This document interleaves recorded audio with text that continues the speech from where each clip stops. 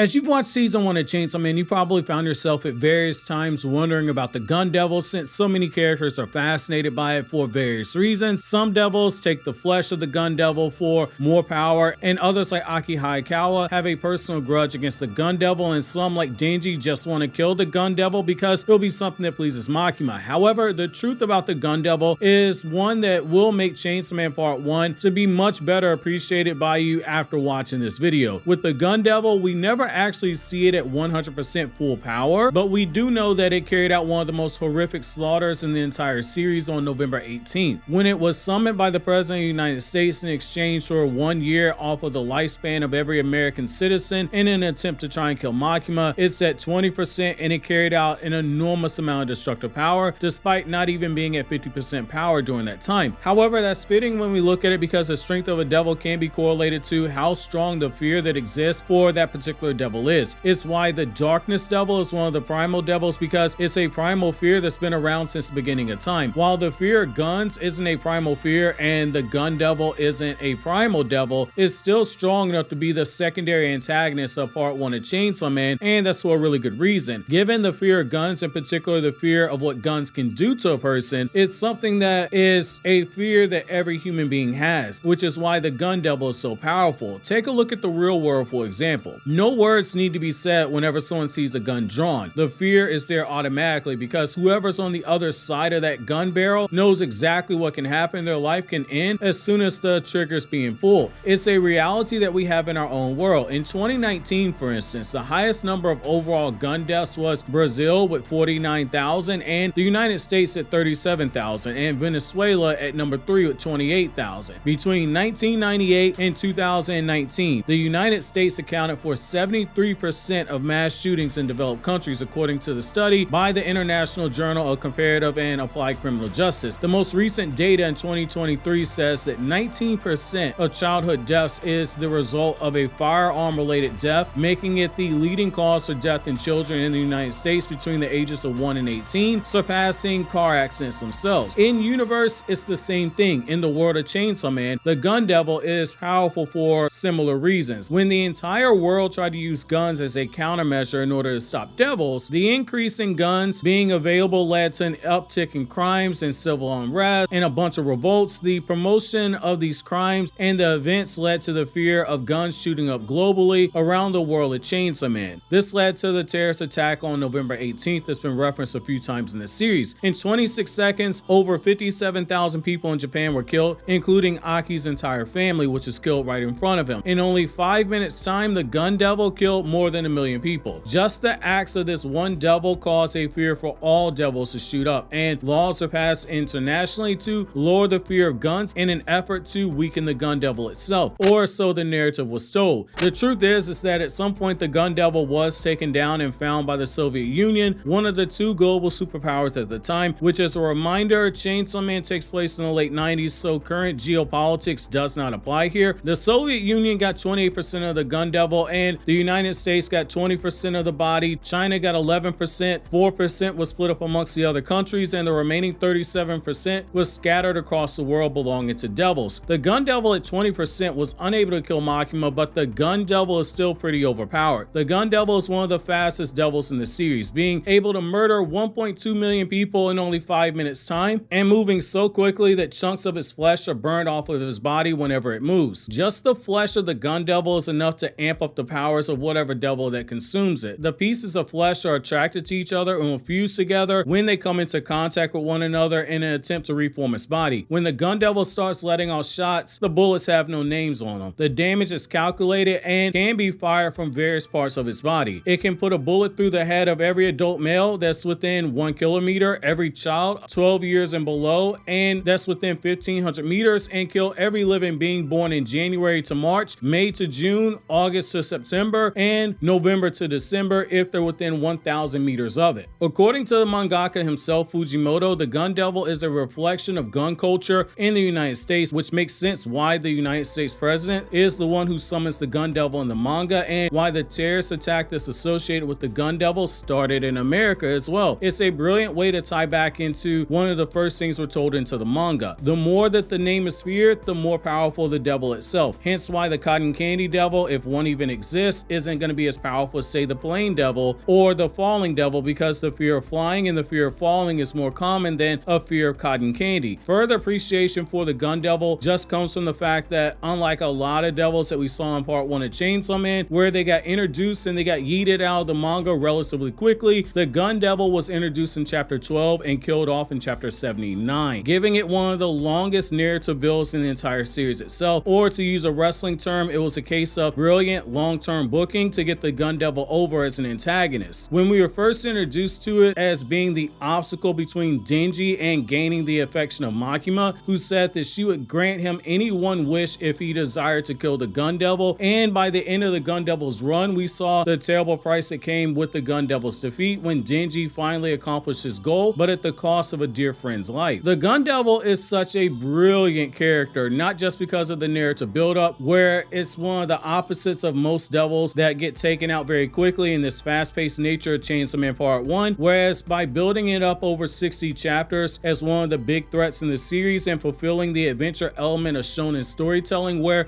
the male main character goes out into the world looking for a quest, the gun devil works because it's a needle mover. Think about how many characters were introduced in the series who became a devil hunter strictly because of the gun devil itself. Aki wasn't the only one, which works because this one devil is used to add so much depth and layers to so many different characters, and the pain caused onto those characters and their desire to take down the gun devil makes the build up to the gun devil feel very earned once it's finally taken down. It's not a microwavable storytelling that you see with a lot of shonen. It's a filet mignon that's seared and cooked properly to maximize the flavor. What I love about the gun devil is that even though it's such a long time before we see it and the story arc for it conclude, it's through these other characters we see different effects that it has on these characters. Some can be argued to be pursuing it because it's their white whale, if you will, to use a literature expression, the one thing that they never capture, whereas others do so because it's a career goal and others do so because it's expected of them. And then you have some like Aki who are so wrapped up in the trauma of their past that it's a driving factor for them, very similar to Cody Rhodes in WWE right now, anxiously trying to complete the story of winning the title his father never had and coming up short when he finally has that opportunity. Characters such as the gun devil are an effective tool in writing because they push the narrative, they add layers to the character, and they give the author the opportunity to display sides of a character that otherwise wouldn't be shown. In short, they have a presence even when they're not shown on screen. The other thing that really stands out about the gun devil, which makes it such a beautifully portrayed character, is the fact that when you see its design and you see the large barrel that serves as its skull, it's so simple that it's brilliant. You get the point right away. But underneath that, you see all the faces of the victims of gun violence, each with their mouth open, letting out silent screams. It's like a lot of things that you see in Chainsaw Man. We see a lot of horror imagery here, but with this one, when combined with the author's own commentary about the inspiration behind the devil itself, it sends a very strong message. The design we have is better than the original design, where instead of the gun that we see, the original design was going to be having the skull be that of a revolver. What we see here is both simple but also sinister at the same time. This becomes even more apparent when you realize that the weapons of the gun devil itself are weapons associated with mass shootings. We see a brilliantly drawn AR-15 and an M16 on the gun devil, and we see a gun of war in the form of an AK-47. Really, all these guns are guns of war. However, it's powerful imagery with a staunch message right in our faces at the same time. When we look at the gun devil's design and Fujimoto's prior statement, we can draw another line into the story itself. Remember that part about the countries that had the most chunks of the gun devil? America and the Soviet Union had the most flesh of the gun devil. We see American guns in the design for the gun devil because one, is stated that gun culture in America inspired the gun devil's creation by Fujimoto, and because number two, America has the second most amount of the gun devil in the universe. The other prominent gun that we see here isn't an American gun, it's a Russian gun of war, the AK-47. Russia has the most chunks of the gun devil in that universe. And while I'm not really big on guns myself, based off of what I know, I believe the AK-47 also has the most rounds that can be fired out of all these weapons that are shown. Things like this are why I really love Chainsaw Man, because you can tell Fujimoto is deliberate with this imagery and its messaging to the point where it's both brilliant as well as unapologetic. When you look at the lower extremities, for example, of the gun devil, when we see it and you see the bandit ammunition, the reason why this is so cool is that the bullets being fired off by the gun devil, they vary in power, just like the bullets from guns in the real world. In real life, we have bullets that are strong enough to pierce through buildings and armored tanks, and bullets that are strong enough to rip bodies apart apart in various ways, and others are small enough to leave behind very small wound sizes. When we see the gun devil release this huge barrage of bullets, we see the varying effects as well, which is so fitting when you think about it, and it goes to show the level of thought that's placed into the gun devil itself. Though we do see some over exaggeration in cases where you see craters that are lined in the street from the bullets and entire buildings being knocked down by bullets, it works to make the gun devil that much more of a sinister threat. We even see the darker side of humanity with the gun devil when Fujimoto reveals the truth, how the gun devil was taken down several years ago. The body was split apart by all the superpowers and with the other countries, and how guns were given to various people and groups to keep the fear of guns themselves up in order to keep their own individual pieces of the gun devil itself strengthened, which could be viewed as a commentary on gun culture itself, depending on how deep you want to go into it, as well as commentary on human beings in general, basically saying even if you take away the guns from people, people will find a way to get their hands on guns. Access to the gun devil can be linked to power, just as guns can be used as a tool of both death as well as a tool of power itself. The governments that had possessions of the chunks of its flesh, they controlled the narrative and they kept the truth away from the public, while letting some guns go out to the public because it pushed their narrative forward and it pushed their agenda. Devils in universe, when they get chunks of the gun devil's flesh, they gain more power. So you can see the correlation here, and you also see the commentary on what power means in terms of the power of the name, because we have various characters in universe who, when they get their hands on guns, they blame it on the gun devil, saying rightfully or wrongfully that they have made a contract with the gun devil. We don't know if that's necessarily true for some of these characters, but you believe it because of the fear of the gun devil itself. It's a slight but very brilliant commentary on the darker aspect of humanity itself, which is fitting given that Chainsaw Man is a story of devil hunters and devils. Yet one could argue what we've seen with the gun devil proves that the humans themselves might be even scarier than any devils we see in the series itself. That being said, I'm curious to know how you guys feel about the gun devil. Did this change your opinion of the gun devil, or did it not move you at all? While you think that over, click here to watch these other Chainsaw Man videos you see on the screen right now.